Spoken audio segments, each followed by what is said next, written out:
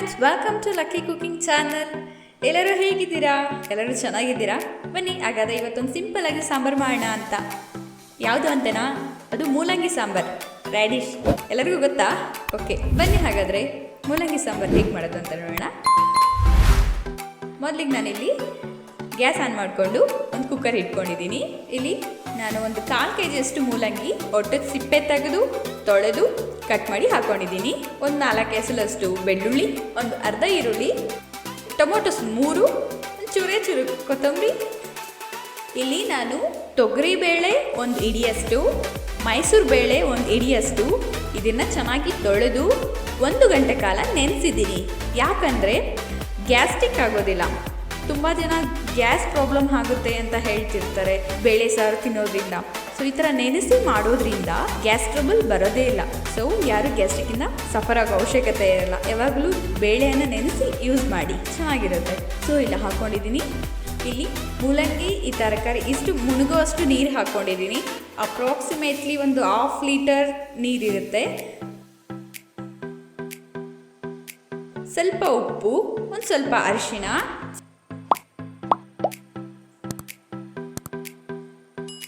ಚೆನ್ನಾಗಿ ಮಿಕ್ಸ್ ಮಾಡಿ. ಈಗ ಕುಕ್ಕರ್ ಮುಚ್ಚಳ ಹಾಕಿಬಿಟ್ಟು ಒಂದು 2 ವಿಷಲ್ ಬರಲಿ. ನೋಡಿ, ಆಲ್ರೆಡಿ 2 ವಿಷಲ್ ಬಂದಿದೆ. ಪ್ರೆಷರ್ ಕಡಿಮೆ ಆಗಿದೆ, ಪ್ರೆಷರ್ ಪೂರ್ತಿ ಹೋಗಿದೆ. ಸೊ ಓಪನ್ ಮಾಡಿದೆ, ನೋಡಿ ಬೆಂದಿದೆ. ಈಗ ಮೂಲಂಗಿ ಮಾತ್ರ ಸಪ್ರೇಟಾಗಿ ತೆಗೆದುಕೊಳ್ಳಿ.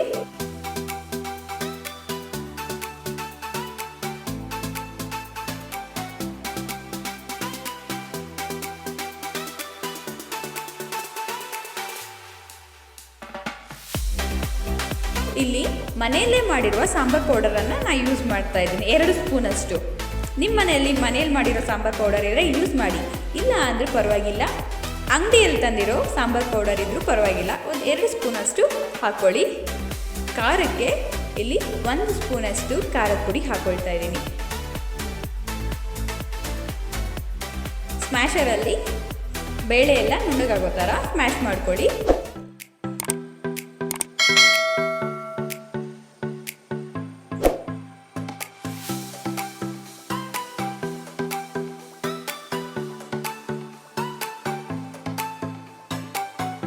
ಆದಮೇಲೆ ಮೂಲಂಗಿಯನ್ನು ಮತ್ತೆ ಸಾಂಬಾರಲ್ಲೇ ಹಾಕಿಬಿಡಿ. ಚೆನ್ನಾಗಿ ಮಿಕ್ಸ್ ಮಾಡ್ಕೊಳ್ಳಿ. ಒಂದು ಕುದಿ ಬರೋ ತನಕ ಕುದಿಸ್ಕೋಬೇಕು.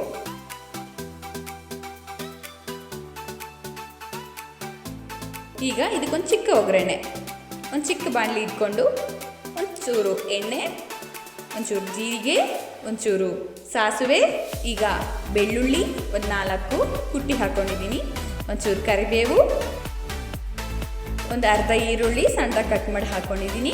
ಮಿಕ್ಸ್ ಮಾಡ್ಕೊಳ್ಳಿ. ಸ್ವಲ್ಪ ಹಿಂಗು ಹಾಕ್ಕೊಳ್ತಾ ಇದ್ದೀನಿ. ಹಿಂಗು ಹಾಕೋದ್ರಿಂದ ಟೇಸ್ಟ್ ತುಂಬಾ ಚೆನ್ನಾಗಿರುತ್ತೆ, ಡೈಜೆಷನ್ ಅಷ್ಟೇ ಚೆನ್ನಾಗಾಗುತ್ತೆ.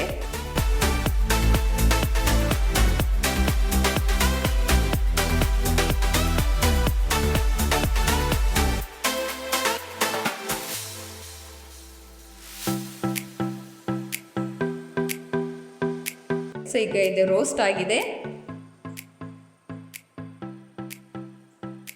ಈಗ ಸಾಂಬಾರೊಳಗೆ ಹಾಕಿ ಮಿಕ್ಸ್ ಮಾಡಿ.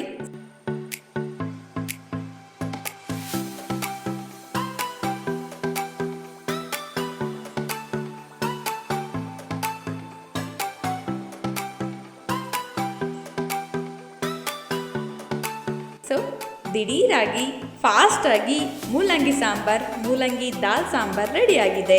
ಸೊ ಬಿಸಿ ಬಿಸಿ ಅನ್ನಕ್ಕೆ ಸ್ವಲ್ಪ ತುಪ್ಪ ಹಾಕ್ಕೊಂಡು ಸಾಂಬಾರ್ ಜೊತೆ ತಿಂದರೆ ಆಹಾ, ಏನು ಸಾಂಬಾರ್ ಅಂತೀರಾ, ಇನ್ನೂ ಸ್ವಲ್ಪ ಸಾಂಬಾರು ಕುಡಿಬೇಕನ್ಸುತ್ತೆ, ಅಷ್ಟು ಟೇಸ್ಟಿಯಾಗಿ ಬರುತ್ತೆ. ಸೊ ಟ್ರೈ ಮಾಡಿ. Thank you so much for watching my video. Please like, share and subscribe. Bell ಐಕಾನನ್ನು ಒತ್ತಿ. ನಾನು ಮಾಡುವ ವಿಡಿಯೋಸ್ ಮೊದಲು ನಿಮಗೆ ಬರುತ್ತೆ. So thank you.